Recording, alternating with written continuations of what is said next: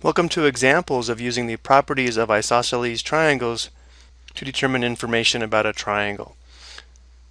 Here's our first example.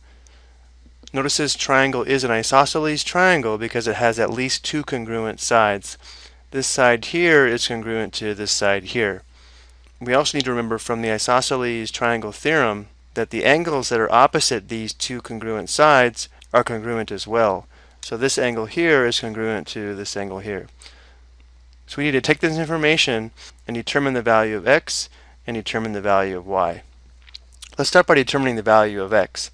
If these two sides are congruent, then they're the same length. So 4x plus 3 must equal 2x plus 29.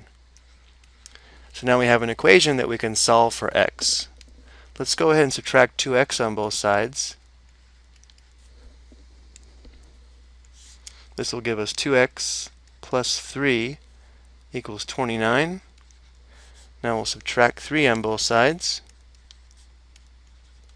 And now we have 2x equals 26, so we can divide both sides by 2.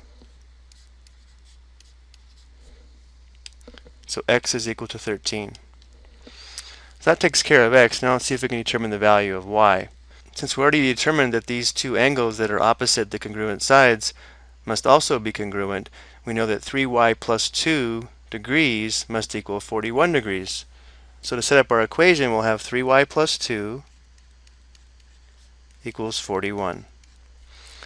And now we can solve this equation for y. So we'll subtract 2 on both sides. That'll give us 3y equals 39. And now we divide both sides by 3. And 39 divided by 3 is equal to 13. So using the properties of isosceles triangles, we're able to determine the value of x and the value of y. Let's take a look at one more example. Again, here we have an isosceles triangle because we have two congruent sides. So right away we know that the angles that are opposite these congruent sides are also congruent. So this angle here is congruent to this angle here. So we know these angles are congruent or have the same measure, but we also have to remember that the sum of the interior angles of this triangle would be 180 degrees. So we can take the total sum of the interior angles and subtract out this angle that measures 28 degrees, and that'll give us the sum of the two base angles, which we know are congruent. So this is going to give us 152 degrees for the sum of these two angles. And since they're congruent, we can just divide this by 2, and that'll tell us the measure of each base angle.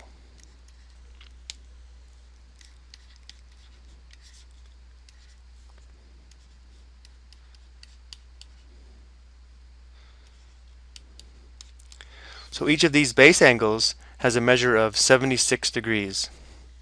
So now we can determine the value of x. Our equation is going to be 5x plus 1 is going to equal 76. So we'll subtract 1 on both sides.